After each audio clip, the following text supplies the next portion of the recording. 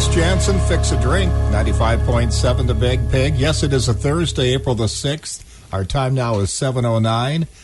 Coach Jim Crowley is in the building. Welcome back, Coach. Thank you. Good morning. It's good to see you. And I'm going to kick off with one question. We're going to let Gary, being the sports guy that he is, take over from that point. But what are your thoughts on the popularity of women's college basketball in this country all of a sudden? Maybe it's not all of a sudden, but I mean, they had 9 million people watching the NCAA finals in the women's class. Yeah, it's a great time for women's hoops. And, when the game finally went on a national network, not that ESPN is a national network, but one of the big threes, being on ABC at a prime time. I mean, 3:30 is a great time for everybody on a Sunday. You know, the men's game starting at 9:20. Old guys like me, that's pretty late. So, and us too. Yeah. So I think it was in a really good spot. But then you had star power. Obviously the coach for LSU, Kim Mulkey, is very well known, and then Angel Reese has really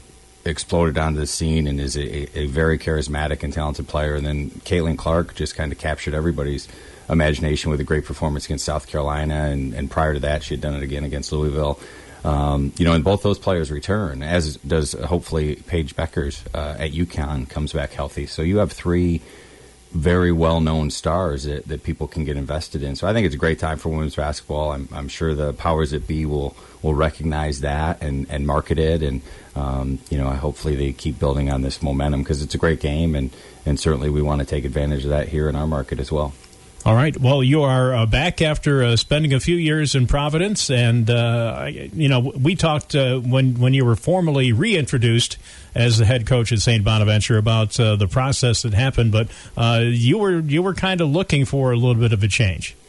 Yeah, I mean, it was a 7-year New England vacation, but it was time to come home. I was very fortunate to have the opportunity, and it's a great place out there, and being an upstate guy in the 80s, growing up, Big East was everything. Living near Syracuse and watching that league develop, and it really fostered my love for basketball. And so to have that opportunity and to have it at a place like Providence, it is so ingrained in the Big East history. It was really a great opportunity. Great people out there. But from the moment I got there, something was missing, and I was fortunate enough to recognize that what that was this community and this college and all that it means. So when I had the opportunity, and talking it over with my family, we all decided that this was the best place for us to be. All right. Well, I know that you said you were going to hit the ground running. I don't think you've stopped. This might have been the longest rest period you've had here sitting in the studio. You might be right. I got to sleep in this morning a little bit coming over here. So no, it's been great working with the players that are coming back and getting to know them. Very excited about them and the way they're handling things. But we do have to fill out a roster. We have to fill out a staff. So it's been doing a lot of that, but it's been incredible help over at Bonaventure. I mean, obviously, Steve Campbell's right there and has been through so much, but Barb Cuesta and Sarah Wolcott and Ryan Klingon and just everybody is there. And the fact that Darren Fisk is still there as our strength and conditioning coach, he was there when we built it before, and he knows me very well. And just everyone all across the campus has been so helpful to make the transition easier. And while there is a lot to do, everybody is offering a helping hand to make it much easier. All right. Well, the biggest thing, as you said, filling out your staff and finding a roster. I mean, not everyone was coming back. You have a few seniors left, and maybe there might have been one or two that went into the portal, but you right now have about half a team. That's accurate. It actually is probably dead accurate that we do have about half a team, but that half has worked really hard in this few weeks I've been with them. Obviously, they have a little break here for Easter, and they've earned it.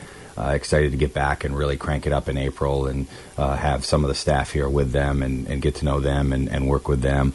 But yeah, we've got to get some players, and we've got to get some players that will help us compete right away, and we're working on that. We can't obviously say specifics till everything is finalized, but this will be a very busy month with visitors. Yeah, with I think the portal closes on the 30th or something like that. Yeah, somewhere around there, and we've had kind of a second wave in women's basketball. There was a wave, then there was a little quiet during the women's Final Four. And now there's been, honestly, a lot of bigger names coming in, which is a good thing because that means some of the folks that we think will fit really with us, it helps us. All right. Now, obviously, different coaches have different styles and philosophies. And what do you look for in a recruit to come to St. Bonaventure? Well, it's such a unique and special place that they have to recognize and appreciate that. I remember talking to Coach Schmidt one time, and he had a kid come in and go, Coach, I don't know what I'm going to do around here. And he knew right away that wasn't the right kid. And I'm sure everyone's heard that story from Mark. And that's similar. We want kids who are focused on ball and focused on academics, but have the personality to fit our place and who we are. We think we have a pretty good gauge of that.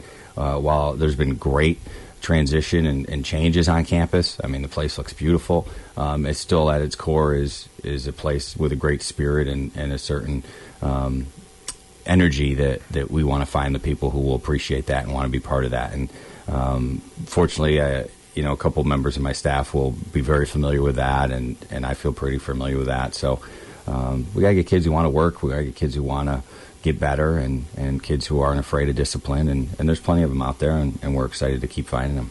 All right, and you're as far as your strategy, game strategy and stuff, you're obviously looking for players to fit into the system that you like to teach. Yeah, and we're we know what we want to do defensively, and we feel pretty good about that. Offensively, we don't know what our roster is right now. Mm-hmm. We have some ideas of what we want to do. We're trying to recruit things that would fit that. But if I've learned one thing in a lot of years of doing this, it's hard to win if you can't score.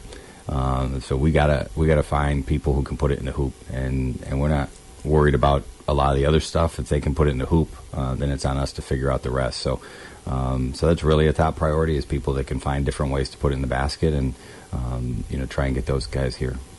All right, Coach. Well, I know that you've got to the end of the semester to get things going again, and then the summer training program, that's going to be very important for you this summer. Yeah, that's when we'll have the full group here. So not only is it the normal basketball training and the normal strength and conditioning training, but also they've got to come together as a team. They've got to spend that time. So that 6 weeks in the summer we're really looking forward to and excited about. And our staff has to be really organized to make sure that we're maximizing the time we have, not just basketball-wise, but more importantly, chemistry-wise, and coming together and finding that common goal of what we're going after.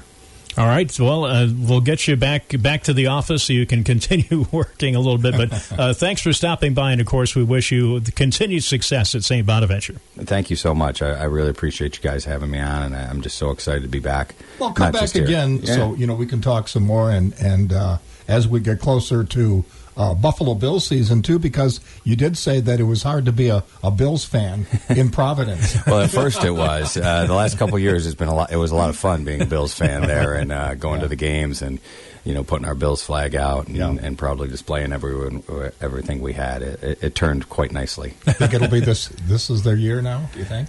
Every year's their year. Okay. Been going on, 45 years as a fan. It's always been their year. Coach Jim Crowley, thank you again for coming in, and we'll talk to you very soon. And thank you, guys. Look forward to seeing you again. 7:18 here at the Pig. Spring